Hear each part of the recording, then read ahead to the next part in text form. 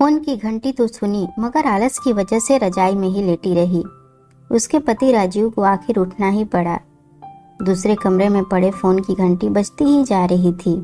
इतनी सुबह कौन हो सकता है जो सोने भी नहीं देता।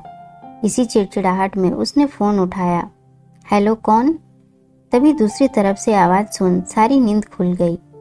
नमस्ते पापा। बेटा, बहुत दिनों से तुम्हें मिले नहीं, सो हम दोनों 11 बजे की गाड़ी से आ रहे हैं। दोपहर का खाना साथ में खाकर हम 4 बजे की गाड़ी से वापस लौट जाएंगे। ठीक है। हाँ पापा, मैं स्टेशन पर आपको लेने आ जाऊंगा। फोन रखकर वापस कमरे में आकर उसने रितु को बताया कि मम्मी पापा 11 बजे की गाड़ी से आ रहे हैं और दोपहर का खाना हमारे साथ ही खाएंगे। रजाई में घुसी रितु का पारा एकदम 7वें आसमान पर चढ़ गया। कोई इतवार को भी सोने नहीं देता। अब सबके लिए खाना बनाओ, पूरी नौकरानी बना दिया है। गुस्से से उठी और बाथरूम में घुस गई। राजीव हक्का बक्का हो उसे देखता ही रह गया। जब वो बाहर आई तो राजीव ने पूछा, क्या बनाओगी? गुस्से से भरी रितु ने तुनक के जवाब दिया, अपने को तल के खिला दूंगी। राजीव चुप रहा और मुस्कुराता हुआ तैयार होने में लग गया। स्टेशन जो जाना था। थोड़ी देर बाद गुस्सैल रितु को बोलकर वो मम्मी पापा को लेने स्टेशन जा रहा है, वो घर से निकल गया। रितु गुस्से में बड़बड़ाते हुए खाना बना रही थी। दाल सब्जी में नमक मसाले ठीक है या नहीं की परवाह किए बिना बस करछी चलाए जा रही थी। कच्चा पक्का खाना बना बेमन से पराठे तलने लगी, तो कोई कच्चा तो कोई जला हुआ। आखिर उसने सब कुछ खत्म किया, नहाने चली गई। नहा के निकली और तैयार हो सोफे पर बैठ मैगजीन के पन्ने पलटने लगी। उसके मन में तो बस यह चल रहा था कि सारा संडे खराब कर दिया। बस अब तो आए, खाए और वापस जाए। थोड़ी देर में घर की घंटी बजी तो बड़े बेमन से उठी और दरवाजा खोला।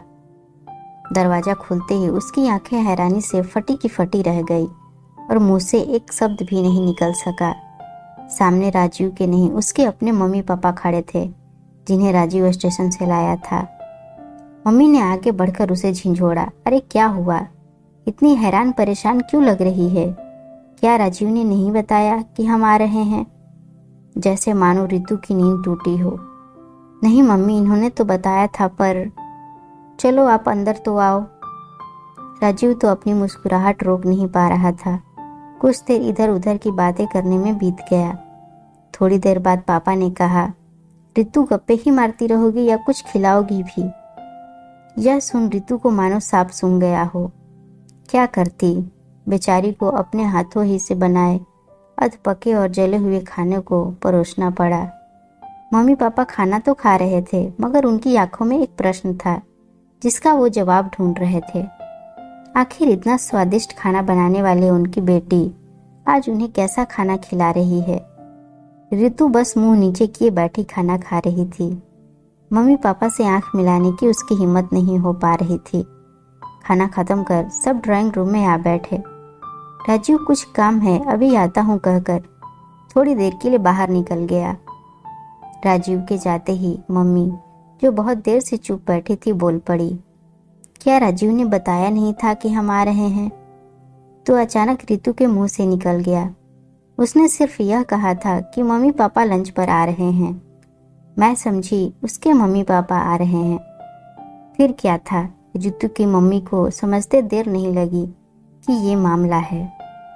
बहुत दुखी मन से उन्होंने रितु को समझाया, बेटी, हम हो या उसके मम्मी पापा, तुम्हें तो बराबर का सम्मान करना चाहिए। मम्मी पापा क्या, कोई भी घर आए तो खुशी खुशी अपनी हैसियत के मुताबिक उसकी सेवा करो। बेटी, जितना किसी को सम्मान दोगी उतना तुम्हें ही प्यार और इज्जत मिलेगी। जैसे राजीव हमारी इज्जत करता है, उसी तरह तुम्हें भी उसके माता पिता और संबंधियों की इज्जत करनी चाहिए। रिश्ता कोई भी हो, हमारा या उसका, कभी फर्क नहीं करना। रितु की आंखों में आंसू आ गए और अपने को शर्मिंदा महसूस कर उसने मम्मी को वचन दिया कि आज के बाद फिर ऐसा कभी नहीं होगा। दोस्तों, आपको ये कहानी कैसी लगी हमें कमेंट में ज़रूर बताइएगा और इसे लाइक, शेयर और मेरे चैनल को सब्सक्राइब